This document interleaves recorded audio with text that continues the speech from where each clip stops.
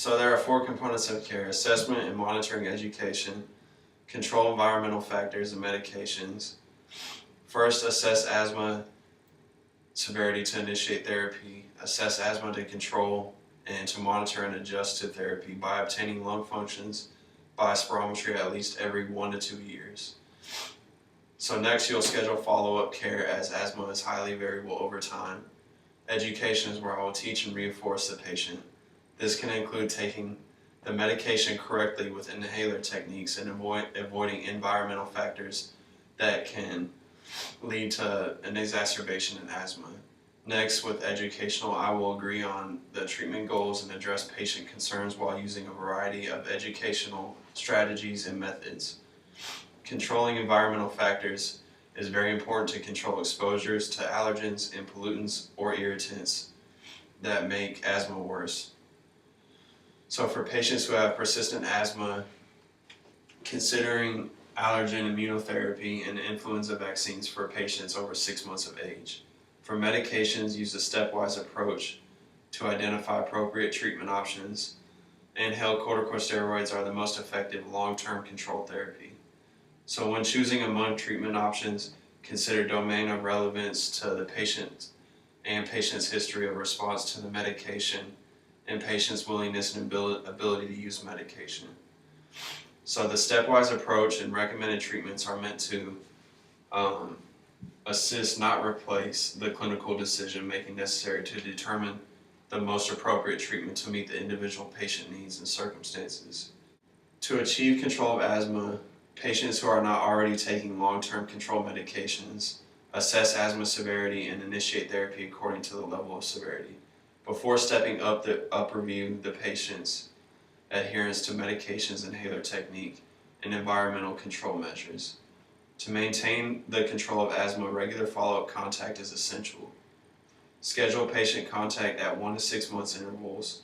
The interval will depend on such factors as the level and duration of asthma control and the level of treatment required. So for all age groups, we'll incorporate the four components of care that we just talked about: the medications, the patient education, environmental control measures, and management of comorbidities. Next, initiate therapy based on asthma severity and adjust therapy based on asthma control. If you are having difficulties managing asthma, you can refer to your asthma specialist. So for long-term control therapy for ages 0 through 4, it should be considered for reducing risk of infants and young children who have 2 exacerbations requiring systemic corticosteroids within 6 months. The decision about when to start long-term daily therapy is difficult.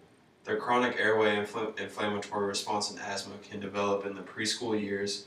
For example, between 50 and 80% of children who have asthma develop symptoms before their 5th birthday. Adequate treatment will reduce the burden of the illness, and underdiagnosis and undertreatment are key problems in this age group. Not all wheeze and cough are caused by asthma. However, caution is needed to avoid giving inappropriate and prolonged therapy. So for long-term therapy for ages 5 through 11, you want to promote active participation in physical activities, exercise, and sports, because physical activity is an essential part of a child's life. And then directly involve children greater than 10 years of age in developing the written asthma action plans and reviewing their adherence. And then for ages 12 and older, you want to encourage students to take a copy of written asthma action plan to school, after school activities, and also assess possible benefit of treatment in older patients. Some treatment strategies to prevent exercise-induced bronchospasm should first include a long-term control therapy or pre-treatment before exercise with a short-acting bronchodilator. And then in the pregnancy stage, maintaining lung function is important to ensure oxygen supply to the fetus. Budesonide is preferred because this medication has the most data during pregnancy.